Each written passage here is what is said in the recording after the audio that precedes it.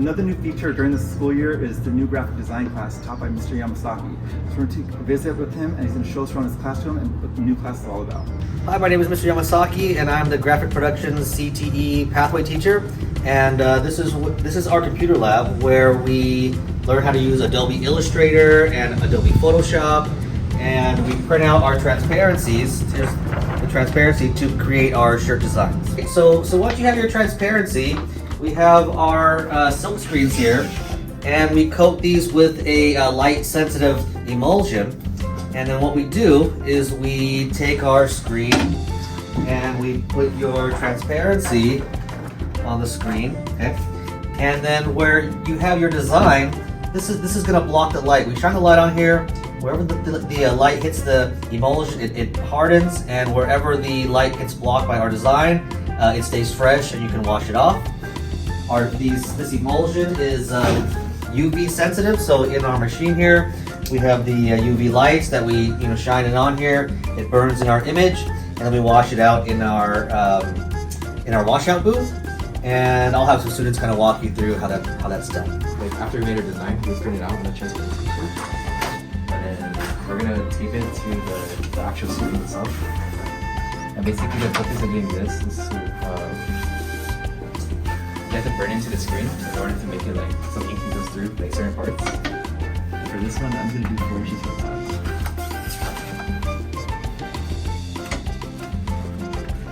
And after you do that, like, you just line it up, make sure it's like as straight as possible.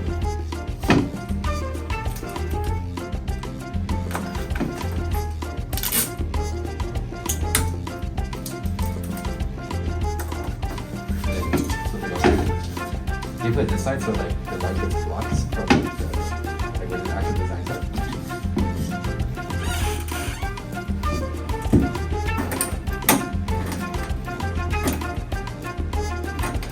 And once you lock it in, you just press this one and this one at the same time.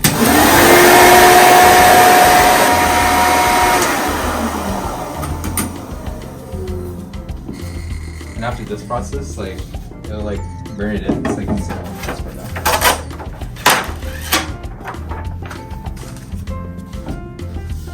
And like right now it doesn't have like a design, but once you spray with water,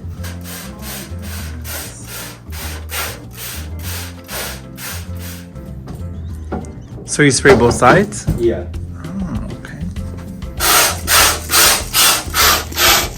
Because you see how like how right now it's like just kind of like not completely clear. Oh, okay. Like it'll become completely clear like that. Like you can see like. Okay. After you spray it out, you check if there's any ink inside, like the clear parts. After it is, if there's like a few dots, and you just clean it up. And then after you just try it out. This is why you gotta be careful, because like on the actual design, you don't like on the outside you can just try it like that. On the inside, you just want to pat it down so like you don't like accidentally like kind of like tear it off. Yeah. Okay, welcome to the silk screening room. Let's kind of look around and see what we have here. Stuff to make shirts with. So over here we have our heat press machine, and so this is kind of like helps us to press numbers and names, as well as our foil material. So we silk screen a shirt, and then we can take these like different types of foils that are like metallic or like holographic. And we press that onto our shirt, and then this will stick onto your shirt.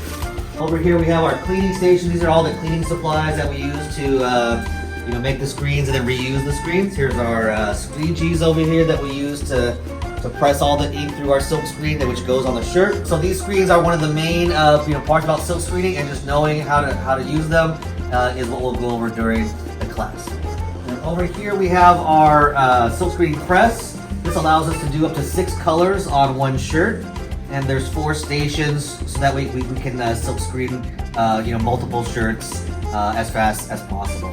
After you make the screens and we put all the screens on and we set this whole thing up, then it's time to make the shirts. So I'm going to have Daniel go ahead and walk you through how we actually silk screen the shirts and we dry them on. I'm going to position the shirt, so I'm going to center it too, so it won't be all like wonky and lopsided on the back. I'm going to do it an inch from the collar, just so it's not too low or too high. So I'm gonna flood the ink into the yellow parts of the design. So when I push through with the squeegee, it'll stick on the shirt.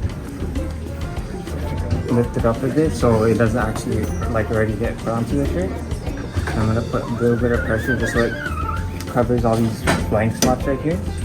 And once I see that they're all filled, I'm just gonna push through slowly, but like with some force, so that it gets really like nice and solid.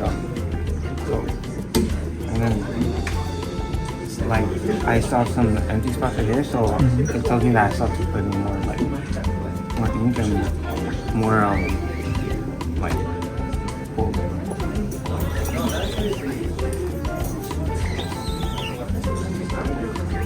So we only want to do it like 2 or 3 times, because if we overflood it or push too much, the ink will actually like spread out and it'll mess up the whole design. We grab this to dry like the surface of it, so when we pull it off and put it into the oven, the ink won't like fold on itself and get all over the place. Do it for about 10 seconds, like because we only need the surface. And after we touch to see if the ink will stick to our fingers. And if it doesn't, we carefully pull it by the collar and just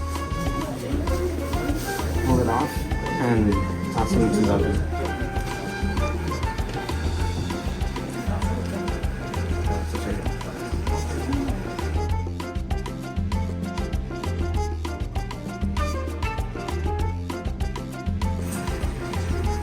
And then like some designs we'll just like leave it there if it's only a front design. But if it's like a front and back, we'll grab it and put it onto a different station to do that. These different types of inks that we use.